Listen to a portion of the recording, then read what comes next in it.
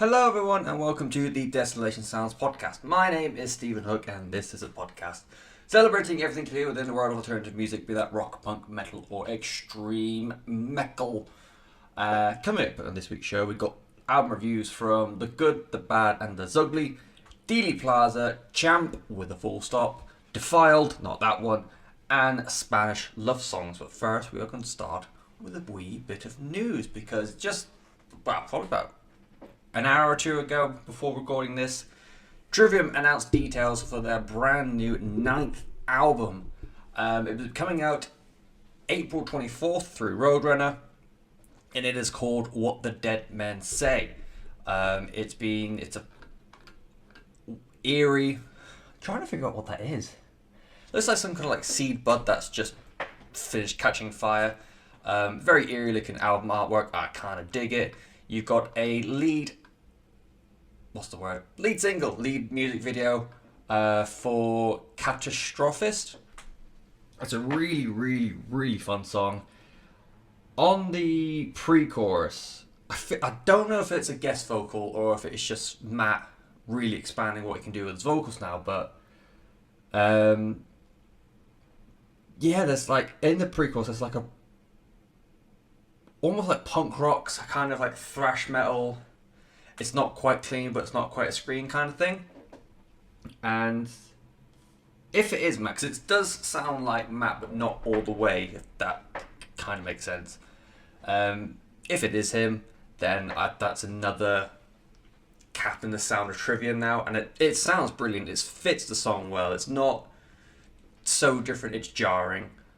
And the final third of the song, where everything wraps up and it almost becomes like a Melodeath kind of song, it's fucking unreal. Is it still? It's not Alex. Sorry, I'm wrapped up in a blanket because my house is so fucking cold. Is it still Alex Bent as drums? Drummer? Drum? Yes. It is still Alex Bent. He's fucking brilliant, isn't he? I know I couldn't remember his name, but still. I've listened to it once, and all I keep thinking about is just that final third. Like I said, everything kicks in, everything's going double time. You've just got Alex going absolutely mad. Matt sounds the best again. Just keeps sounding so fucking brilliant with every new release. I'm rather excited by it. It's called What the Dead Men Say. It's coming out April 24th, and you can listen to Catastrophist right fucking now. It's also got a really eerie music video, which I've just got a screen cap for. It's two men pulling a rope with no eyes and sticks over their mouth. Sure. Moving on to a festival announcement. Now, I did want to just not do festival announcements anymore because everyone's got a festival now and there's always too many names. But 2,000 Trees sounds fucking brilliant this year. They've just released another, I think it was 42 bands, and to join Jimmy Eat World as headliners, you've got, I need to take a big old breath.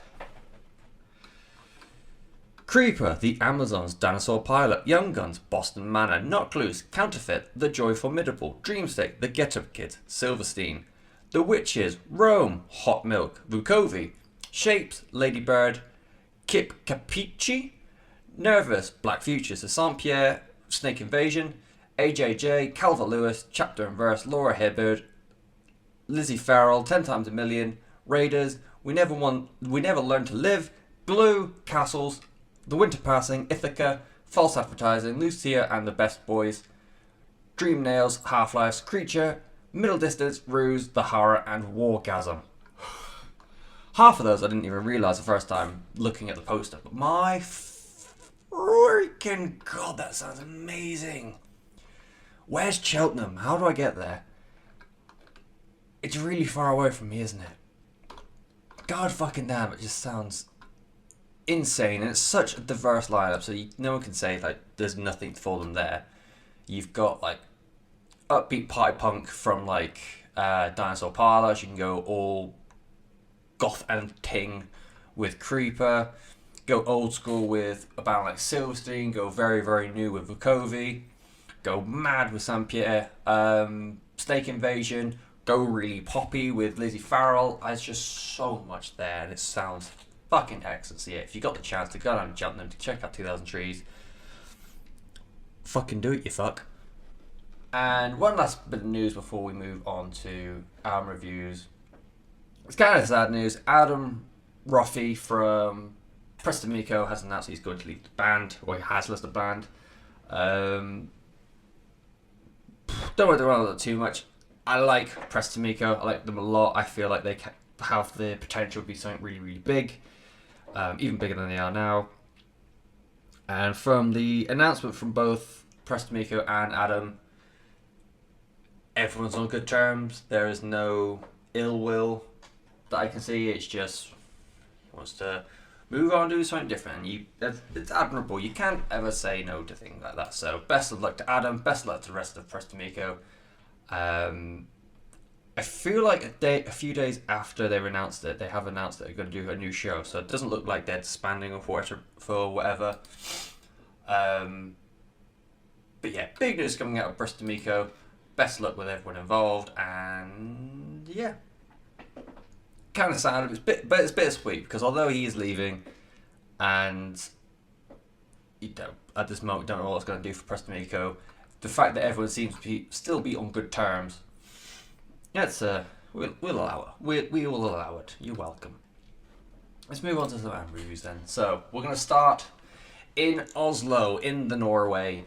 The Good, the Bad, and the Zugly, with their fourth album, Algorithm and Blues. They are a upbeat, party punk kind of band. Excuse me. The way I've been looking at it is imagine Turbo Negro, but for every bit of camp as Turbo Negro are, they've just replaced it with a lot more crunch and a lot more just dirty punk and roll, I guess.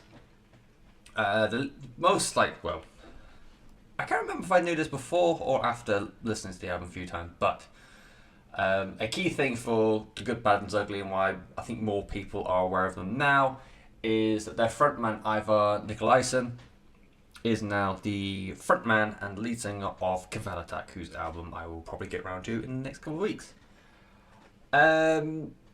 Where to begin? This was an album where I kept thinking, every time I switched off, I was like, oh, that was kind of fun, but never mind. Going back to the review listen, it's so much more fun than I remember, each and every time. There's a lot of good things on this album. Like I said, for every bit of campiness that Turbo Negro had back in the day, in their death punk kind of stuff, GBZ sort of replaced it with just a bit more oomph and a bit more crunch to the sound. It borders on the realms of hardcore, but not too much where it's all shouty, screamy, if that makes sense. The Welcome to the Great Indoors is a great opening track for the album. Got plenty of hard rock influence in there. There's a lot of people comparing it to AC/DC, more specifically Thunderstruck. And I completely get it, and it's not a bad thing at all. It's a very good homage to the song if it is. And it even slightly promotes the idea of staying inside, which I'm always going to be a fan of. The melodies on Staying With The Trouble, probably my favourite song on the album. And the way it is, again, very, very punk rock in the way it gets in a lot of like a gown vocal from the backing vocalist.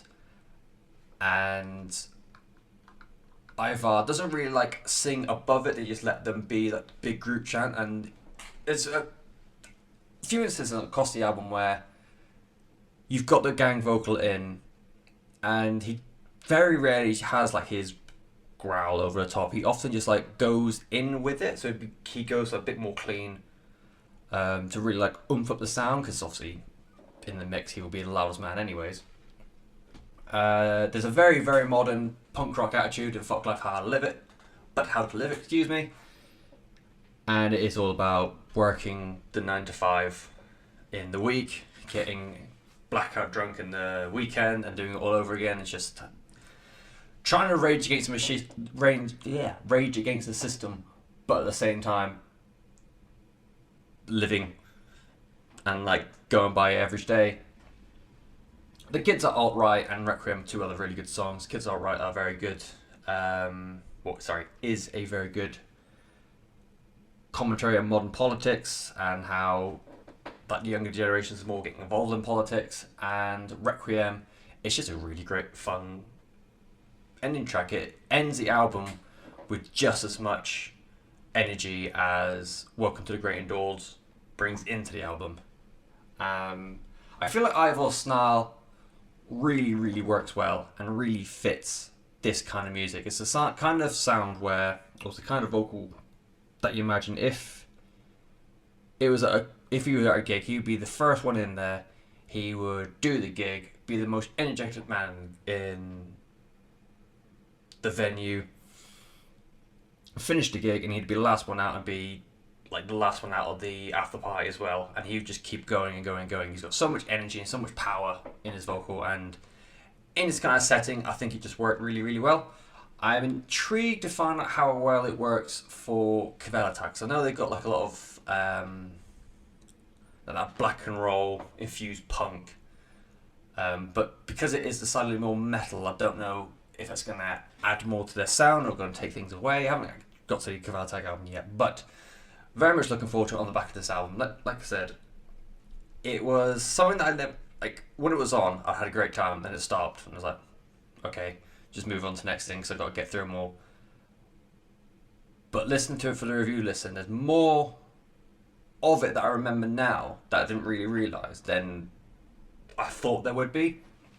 It's a really fun little album, like I said. The Staying With a Trouble song, it's the most melodic song on the album. There's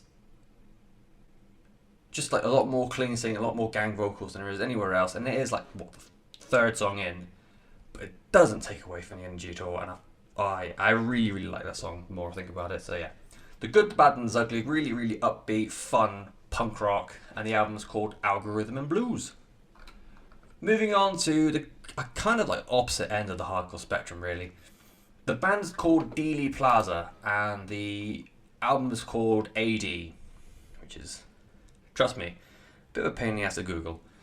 This is their third album. They come from Fort Myers in Florida, and they were previously described as a deathcore band, sorry. And every like other review and every like promotion I see for this album, they're still saying, "Oh, they're a deathcore band. They're a deathcore band. They're a deathcore band." I really wouldn't say they're deathcore. At least not now. So I should say this is their first album in 5 years. It is their first since they briefly disbanded in 2018, and I think they came back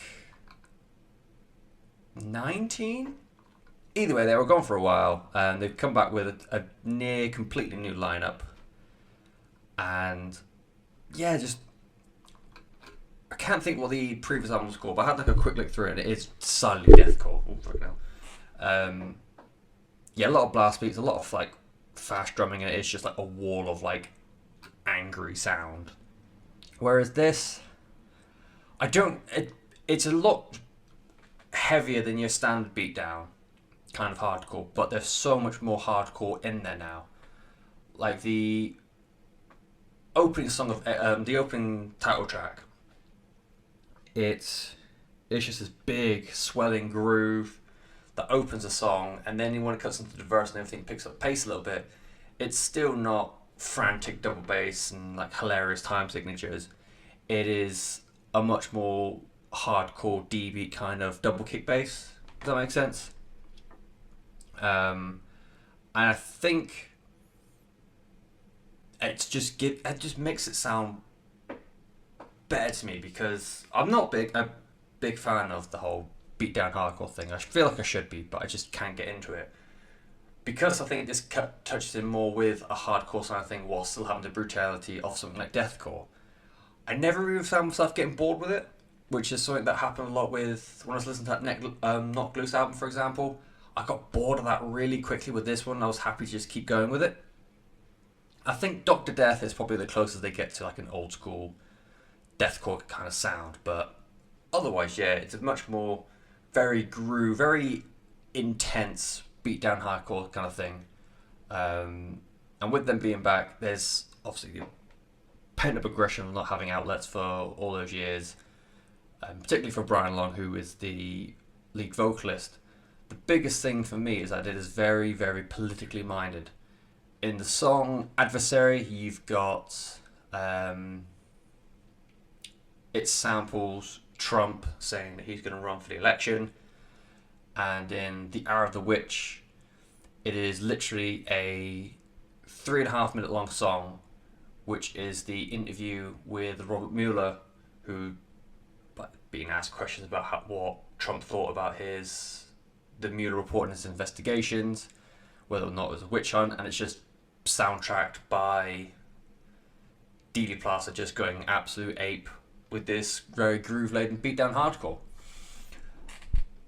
As I say, in terms of like beatdown, it's not a genre that I've really clicked with. Although this won't win me over, I don't think, I also didn't hate it, which I know is like a very backhanded compliment, but like I said, Knocked Loose were meant to be like the kings of this sort of thing. I couldn't remember a single song from A Certain Shade of Blue, and I struggled to finish it because it was just really, really dull and very, very... It wasn't even cathartic, it just like, it felt like the same song being played 10 times, whereas this, it kept my attention all the more. Having a song called Epilogue as your second song just defeats every album that's ever had it last in the track listing ever. That fact aside, it's just a daft song. I love it because it's just this slow going intro that goes into this like high pitch crunch, evil, and it's just daft. It's so dumb, but I really, really enjoyed that song a lot.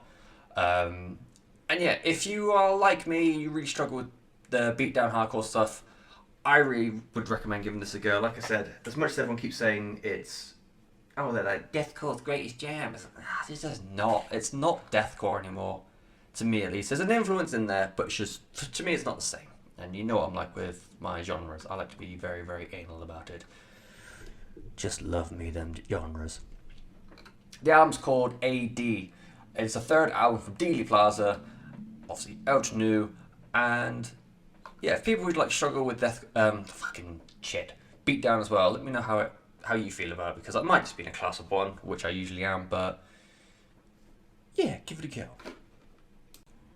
Moving on then, and to look at a tiny little release tucked down away in the crevices of Bandcamp.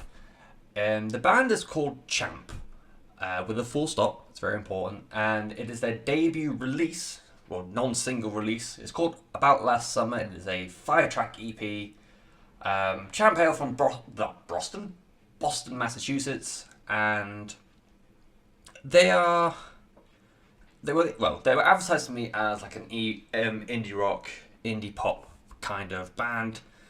To me, there's like a very underlying bit of grunge in there, which I think I've just pretty much got from Fight Like a Girl, which I'll get to. But other than that, a lot of indie influences in there. Maybe touches on touches on emo a little bit. But here we are. For such a short release, it comes in at just under 20 minutes. I feel there's a lot of personality in it. Everyone in the band has like a little chance to shine and show off and like show what they can do. One thing I found quite interesting is the guitars from, obviously it's bog standard for like the bass to accentuate guitars and make them sound a bit bigger and a bit heavier and what have you.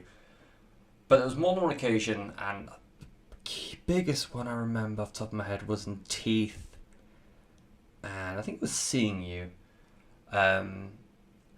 You've got bassist Jasper Fleming, who's like doing his little noodles and like how much bass I know, and he's backed up by the guitars of Mary Schreckman and John McIntyre. And all they're doing in the background is just like floaty indie rock riffs, but just gives that extra bit of oomph to the bass, and it's not really something that I've heard that much before. Drum fills and the drum rolls from Dakota Maykrantz, it just adds a little bit of personality, and it's not to the point where it feels like the drums are being recorded outside of the rest of the band and it's just showing off like, look what I can do triplets. It feels like it's got a purpose, and it does feel like it just keeps the energy up for the release. But the biggest thing that really drew me in to listen to the EP in the first place was frontwoman Mary Schwickman's voice. And I feel like it is super lazy to say this, because I feel like every female-fronted indie or pop-punk band of the last 15 years has had this comparison, but I just gotta say, I'm like, Paramore basically is what I'm trying to avoid saying, but the way Hayley Williams, particularly on After Laughter, when she like really grew into her voice, and it's very, I want to make sure I get the right one. Kate Nash? I always get Kate Nash and Kate Bush mixed up. The modern indie one, I think it's Kate Nash. The way Kate Nash has like this really big, it's not operatic, but like booming kind of voice without being in your face. That's how I kind of think Hayley really grew into her voice, from being like a twee pop punk kind of girl to this like huge sounding, very mature indie rock kind of sound. The sound I'm trying to describe is On Hard Times, the song. Obviously you've got the chorus, and it's very like Hayley Williams-esque. In like the post-chorus bits, like, and now get to Rock Bottom, that kind of like really in your face without being intrusive kind of voice. That's kind of what I pick up from in Mary's voice. She's got a very distinct voice. I don't have that accent, or just how she accentuates words. But for me, I feel like she's got a very, very captivating kind of voice, and I think that could be like using that as like a weapon in the same way that I feel like Paramore did really early on, when music accepted like, hey, she's a girl and she plays music. Whereas now I feel like it's a lot more normalised, and it's just, hey, this person has talent. And yeah, I feel like you can really, really push Mary as a front, and with the musicians behind her who clearly are creative and know how to get a lot from each instrument, I feel like they could be really interesting, really fun kind of band. The downer points I've got from the release as a whole, bearing in mind it is their first release, so I am being a dick. The mix is really, really weird. Like I said, everyone in the band, has got a chance to really show off what they can do with each individual instrument that they have. You've got Mary, who has like this really quiet, floaty indie vocal that turns into the big Kate Nash, Hayley Williams stuff that I was saying before.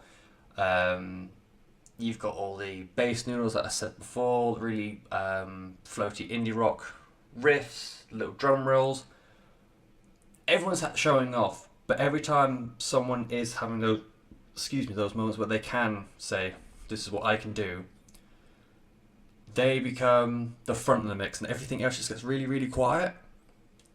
Like in the verses, the teeth, it's all really quiet, and everyone's just doing a little bit, but and then everything just comes back in, and everything's back in a normal type of like sound volume. There we go.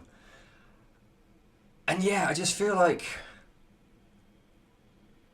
instead of keeping it like quite middling and like everyone's at their own pace, it's constantly just fluctuating, like what part's going to be the most prominent part of the song, what part's going to be like just hidden in the background a bit. Looking at the behind the scenes on their Bandcamp, it was mixed externally with input from Dakota and Jasper. For me, I would say just let it have, like, I completely get musicians want to have the final say on their releases. That is well within the right to say, like, now we kind of want to be like this, or we kind of want to be like that. Not taking that away from it all, but I also feel sometimes they maybe need to I'm not saying this has happened here. I have no idea what happened here. I don't know these people, but for the producer or the mixer just to say, look, I kind of see why you're thinking that, but just try it like this and see what happens. And to have a more like normalized mix, I think just would have like really kept the boss of the release a lot better. But I might be talking out my ass. It might just be like, this is the greatest thing we've ever done as a group, as a unit. The mixer Nava, fucking hell, Nina Cavaliero. This might be her pièce de résistance. That's not the right word. That's not the right expression. But you know what I mean. And I might be wrong. But for me, just the mix was a little bit off. And yeah, if they were next release, I feel like they should. Even if it is just a case of Nina saying, "No, you fools, listen to me. I'm your overlord now." And yeah, just like, again, more normalised, but there we are. And the other point I've got, I don't even know if it's a downer or not. It's a half a downer. You're a 1.5 minus that scathing. Of the 5 songs, I really enjoyed Teeth, Fight Like a Girl, and Seeing You. Like I said, Fight Like a Girl's got like underlying like grungy sort of ness to it, where it goes super quiet and then explodes more than Teeth and Seeing You.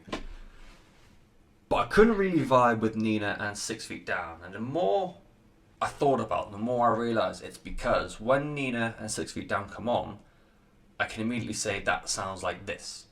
Whereas, admittedly, like my scope of indie rock is very, very minimal compared to other genres. But with Teeth, with Fight Like a Girl, and with Seeing You, I feel like they are quite unique and quite individual songs. You know where like you can hear a lot of influences being played, but they are very different kind of songs. When Nina comes on, the first act I think about is Small Talks, which is an indie pop musician. I can't remember her real name.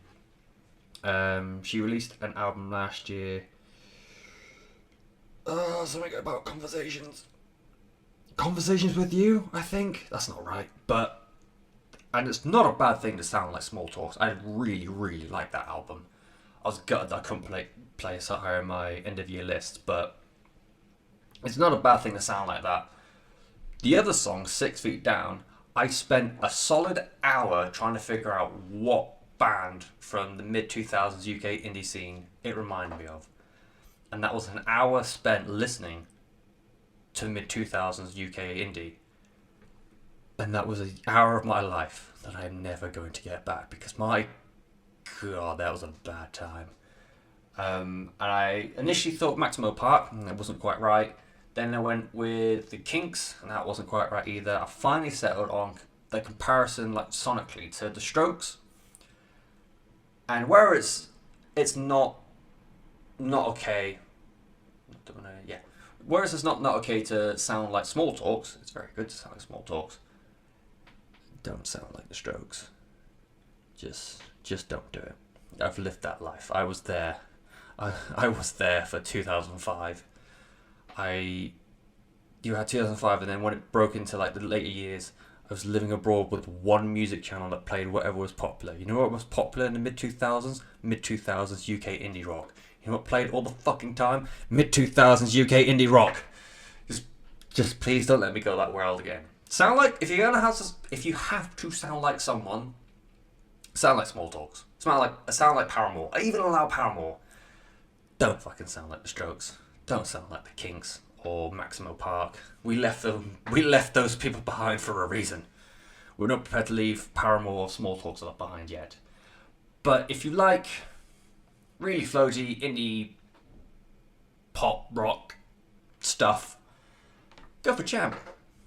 Why the fuck not? They're an underground band. You get like the hipster points from knowing about these sort of things. It's like, oh, you probably haven't heard of this, but they're fucking great. And then you look like a dick, but you feel great. Their EP is called About Last Summer. They are a pain in the ass to Google because the name is literally Champ with a full stop. Google doesn't like that at all. So search the whole thing. Champ About Last Summer. Their Bandcamp will eventually pop up, and from there you can find their Facebook and Instagram, and also through their Spotify, which they've also linked together. So do that. Listen to underground music. It's good for you. Speaking of underground, we're going to go to Tokyo now for some death metal. Yay! The 6th album from a band called Defiled. I got really excited when I saw a band called Defiled was release an album, but it wasn't the one that I grew up with, and then I got very sad. But then this made me feel better again, in a weird death metal kind of way.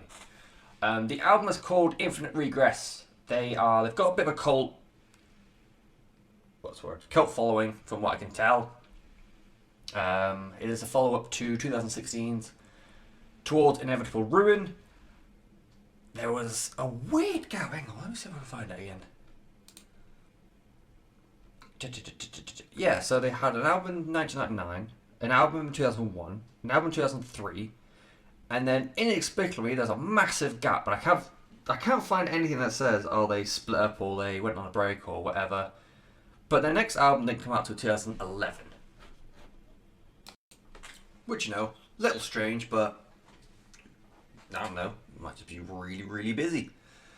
Aside from I won't lie, it's a pretty cliche intro I've lost the fucking track listing because I went to look at how far away. The intro track's literally called Intro, fuck's sake. It's kind of cliche because it's just like, humans are a plague, which I think pretty much every death metal band has said at least one point in their discography. I found this to be quite an interesting mix because it's an old school death metal kind of vibe, and a lot of that I think comes from the production. It's got the old, like, classic haze to it. I can't really think of a better way to describe it. But the songwriting in it is very tech metal-y, or very tech death metal-y. Not to the level of like a which is, you know, 90% of the time absolute wank. It is like a crazy assortment of chord progressions and like low-end technicality. And when it comes down to it, just big chonking riffs just everywhere. And yeah, it made for like a really interesting mix and something a little bit different to what I usually go to for what I like in extreme metal. And I think a lot of the technicality, as long as like the guitarist in the band leader, Yusuke Sumita, a lot of it also came from the drummer Keisuke Hamada. I really hope I'm getting these names out as well. And they sort of like trade rhythmic responsibilities for the release. There is a brilliant section in Tragedy, not that one, where Sumita starts off a new riff as Hamada is playing a beat from the previous section, and it's like quite slow and quite groovy, and then Hamada suddenly realizes, like, oh shit, now he's doing that part now. And then after a bar later, he then kicks in, and it's like this super, like, triplet bass drum line, and it completely changes the rhythm of that section of song, and it becomes like a bit more of like an OG, like thrash into death metal, like the old school Slayer EPs, where it's like on the brink of being thrash metal and like a black metal or a death metal, like in that sort of chasm, if you will. And then Sumita starts another riff while Hamada carries on the previous drum riff from before. It almost feels like they have lined up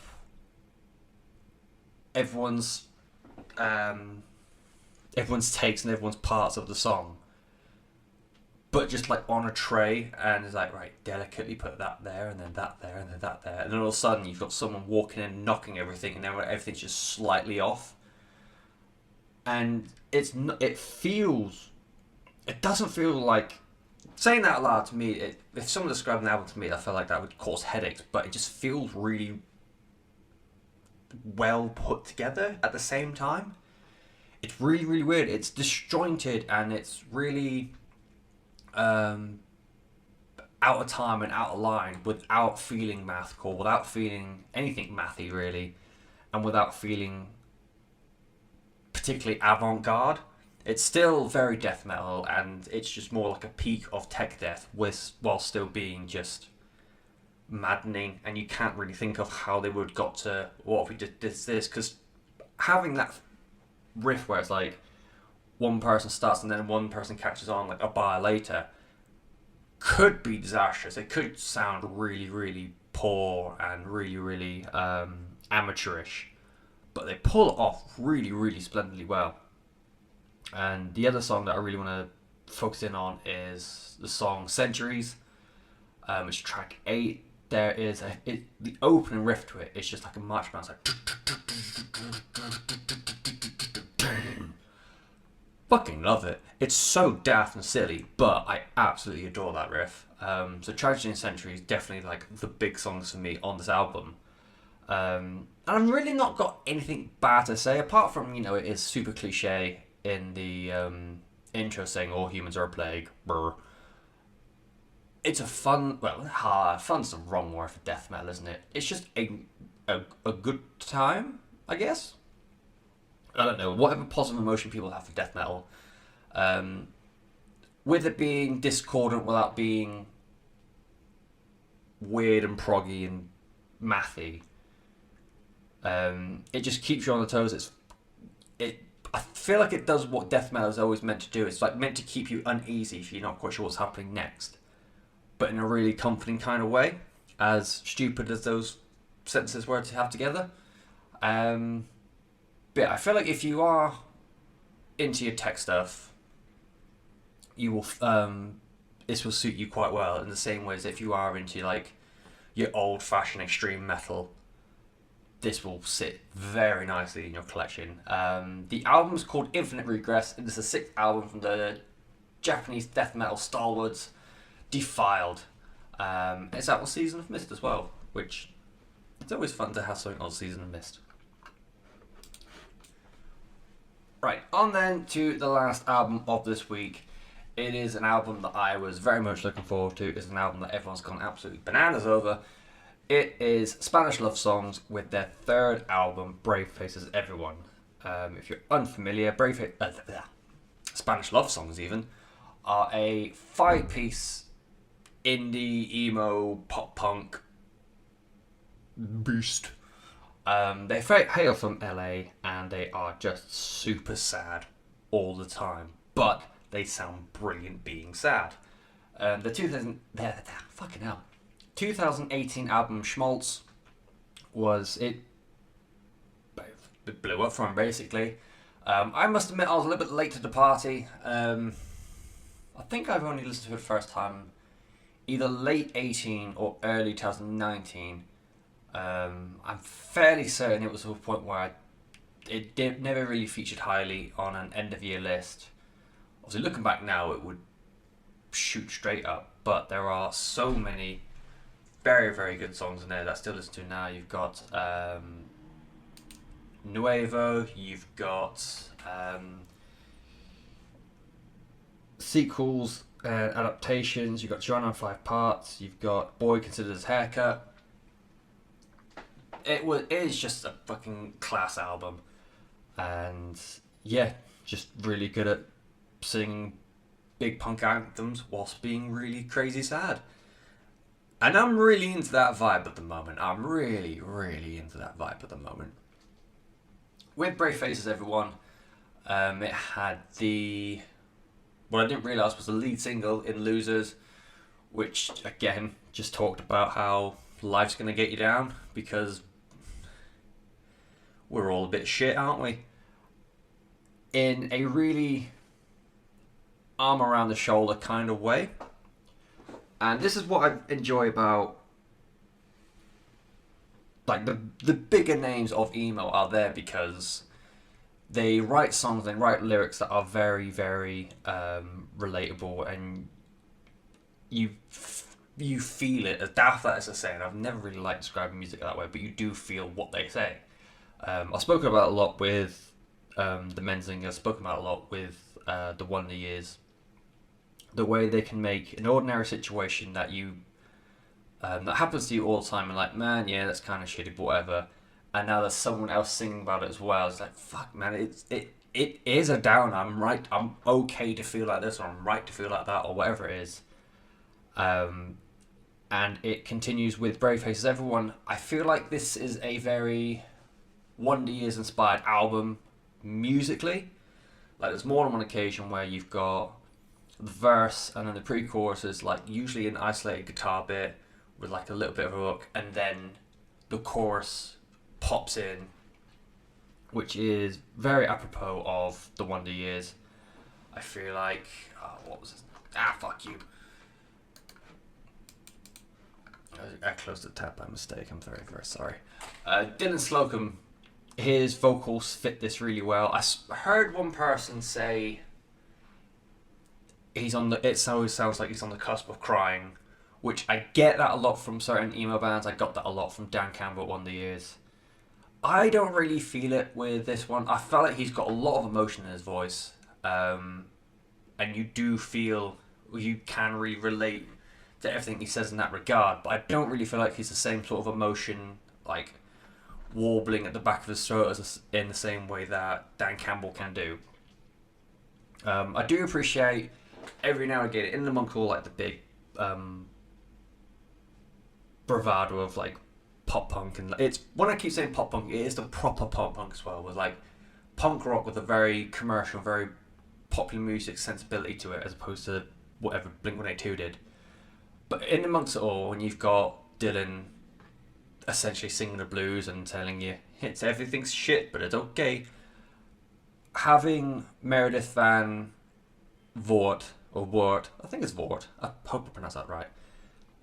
She is the keyboardist of the band, and every now and again you'll just hear, because a lot of the stuff just really adds tone to the guitar parts anyways, but every now and then you'll just hear like an isolated key.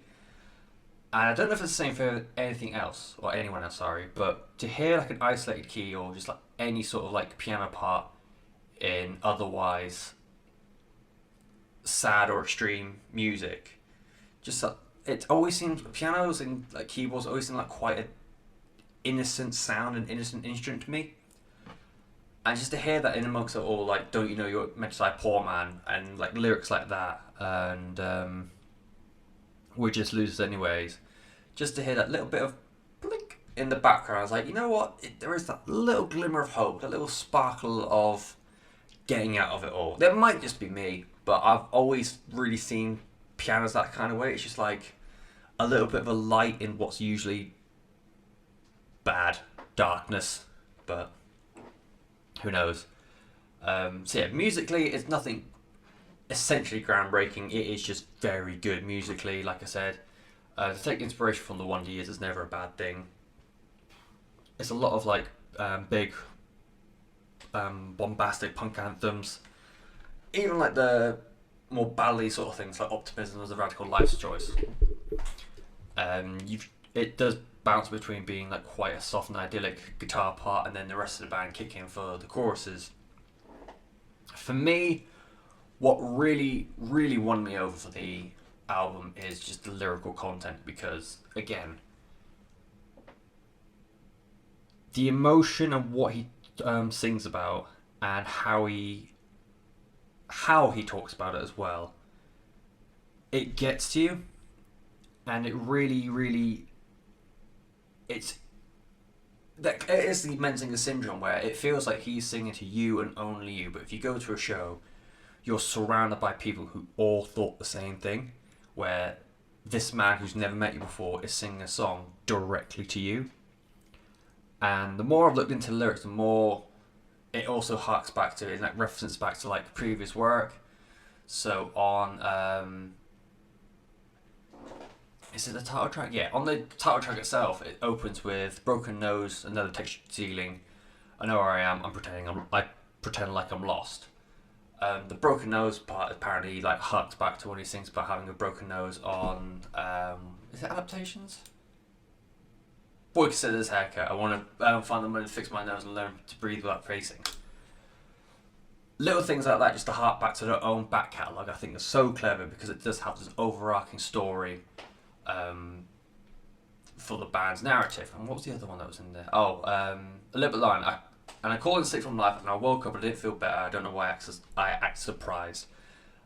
refers back to the boy considers his haircut and aloha to no one. I want to wake up and maybe be better. And as soon as I read that, I remember that lyric, and that lyric sings in my head. I'm like, fucking hell, it is just one big narrative musically. But to open the album with On Any Given Day, I'm a 6 of 10. And looking into the album for the review, I realised it's a reference and a call to, I think his name was Scott Hutchinson from Frightened Rabbit, who a Scottish indie band who unfortunately passed away a few years ago. And his last televised interview, he said, every given day I feel like I'm a 6 out of 10. And for the band, that's a powerful lyric. But to hear that out of context and just hear On Any Given Day, I'm a 6 of 10, to open an album on a song called Routine Pain, on an album called Brave Faces Everyone, I knew from that point, I was like, man, I'm going to really enjoy this. And I remember listening to it at work as well, and I was telling one of the newer guys who is also really big into his emails, like, mate, I can't remember what it was at the time. I can't remember what the lyric is, but just find Brave Face Everyone by Spanish Love Songs and just listen to that first song. He's like, alright. Came back half an hour later, he's like, and he said to me, like, any given day I'm a 6 of 10. I'm like, that's the fucking line. He's like, mate, I almost started crying immediately. And it is just that really, it's invasive without being brutal. It's relatable without being daft in a way. And I was looking at it, it's like, I could go onto any song I'm on the genius.com. I can go to any song and find a fucking brilliant lyric, which is equal parts well written, very cleverly written, and just so grounded in how it is, just talking about life and how everything's just a really, really, really shit at the moment. In fact, let's try that actually, shall we? We'll start with Kick. Okay, it's not quite as relatable, but the shock of when you saw your dad shoot it for the first time must have came as quite a shock. You sat numb in your room for hours, ignoring the afternoon's drop-offs. God damn. But I've always said, like, releases like this, I always feel bad for the vocalist or whoever wrote the lyric, because someone's had to write about this. Someone's going to relate to that more than I ever will. And it's just dark. It's just really upsetting that people are going to have to go through that. But the chorus of "They claim you're a hero if you can make it off the couch. You know the truth and what they say, the world's going to keep you either way." And how many times have you looked at any sort of like social media post about mental health and they'll say, like, you know, you do you, like, anything's a small victory. If you get out of bed or you get up on the sofa, that's like one small victory today. And then inevitably you're going to turn on the news and find out something else has happened, or your brain's just going to go, you know what, fuck you. Where should we go to next? We'll go to, what was it? It's Losers Part 2, which I have no money, so this song really hurt me. Don't you know you're born to die a poor man? Don't you know you're going to do yourself in? You'll always wake up tired because there's nowhere to go from here. That one hurt. That one hurt me in my soul, because I paid bills, paid out for a wedding party, and paid out for hanging out with friends, and how I already have no money, and payday was 5 days ago. You know? Really, really, it's the simple concept, just having no money and having like a cynical take on things from what other people have said. But each and every time, the way they word it, he's such a very good lyricist, and it just strikes you all the more powerful. I really, really enjoyed this album, if you haven't already told. It is the right amount of cynical and self-deprecating, while still being a really, really fun thing to listen to. And yeah, if you ever want an album to feel shit to whilst having a great time.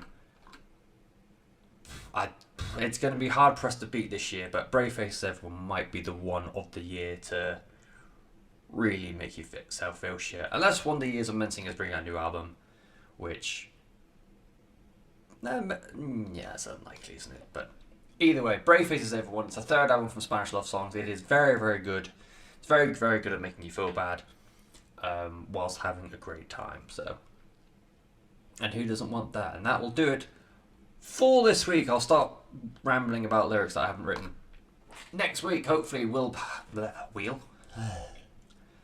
I need to learn to breathe. Next week, we'll look at albums from Silosis, Green Day, Loathe, and Delane. And I hope you are there to join me whilst I chat bollocks for another hour. If you want to tell me I'm a fool, want to tell me that I have a good idea, or want to tell me pretty much anything, you can find me on the socials at Desolation Pod. I'm on all your major ones, Facebook, Twitter, and Instagram. Come say hi, otherwise I'll see y'all next week.